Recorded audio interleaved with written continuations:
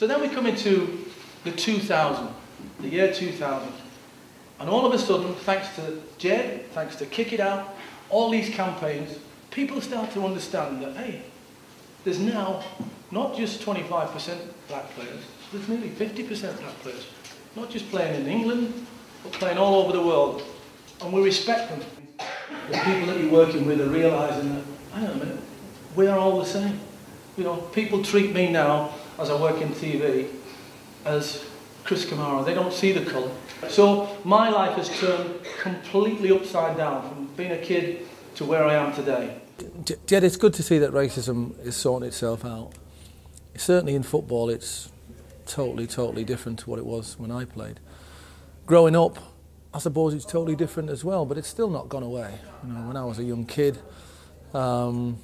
my dad we were the first black family in Middlesbrough, so anything ever happened on our estate or anywhere in Middlesbrough, to be honest, the police would come round and try to pin it on my dad or take me away and want to blame it on him in any sorts of trouble. And as far as the neighbours were concerned with racism, it was very difficult. You know, I'd go to the shop, and if you were in the shop at the same time as somebody who was racist, then they'd tell you to pee off back to where you came from. You know, and of course I used to live 3 doors away from this woman who would be saying these ridiculous things. So you grew up with it. You know, when I started playing football, Portsmouth had a small national front element in the crowd. So not only did they boo you off when you were rubbish, they booed you onto the pitch. You know, so that was difficult, hard to take. You know, you go in the dressing room, there was programmes like Love Thy Neighbour, Alf Garnett, and it was just a way of life. They were just the jokes that carried on in the week, you know.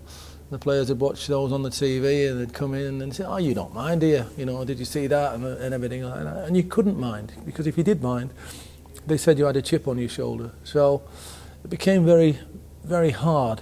You know, you had to fit in. You couldn't rebel against anything. When you played on the pitch, if you accidentally kicked somebody or somebody didn't like you, they would use the N-word or call you a black so-and-so or whatever. Your own teammates wouldn't say anything against it because they did it to the other black players who were on the pitch as well. So it was just the norm. It was the norm, and then I started in 74, 75. It was my first season. So then you go into the 80s and it gets slightly better. So the N-word gets dropped. The black word gets dropped. But you still know that racism is still rife and around. Life doesn't change that much, but it gets slightly better. You know, people treat you slightly better. Your teammates decide that, hang on a minute, this isn't right. So all of a sudden you've got an ally from not having anybody in the first place. Then you get into the 90s, and all of a sudden now, within the dressing room, players see you as another player. They don't see you as a colour, because there's lots more black players around. There's players coming in from other countries and everything else like that. So racism is not accepted. So if you're a racist within a dressing room in the 90s, you get picked out. You know, they're still there, but they don't make their feelings known. If they do make their feelings known, then they have to do it in a one-on-one situation with you, because it's hard for you then to go away and say, did you hear that, lads? When they didn't.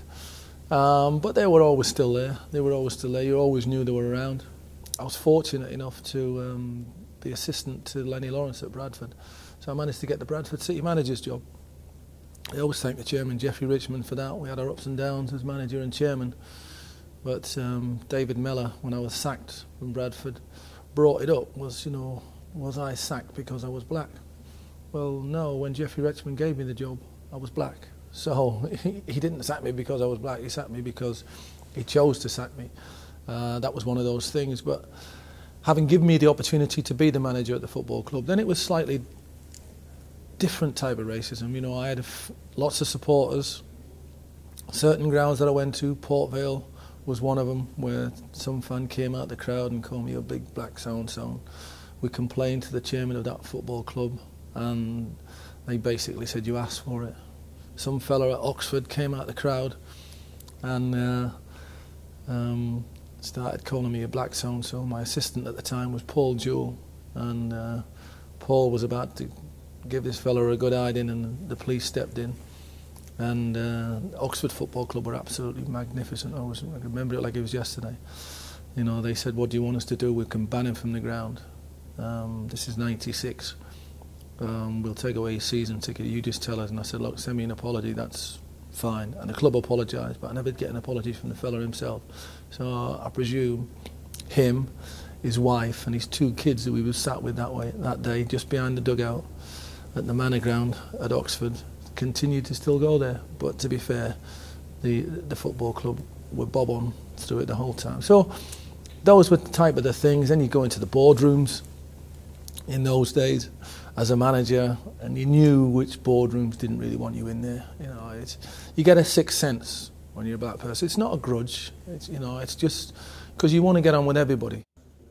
Hi, it's Chris Kamara. Be like me and show racism the red card.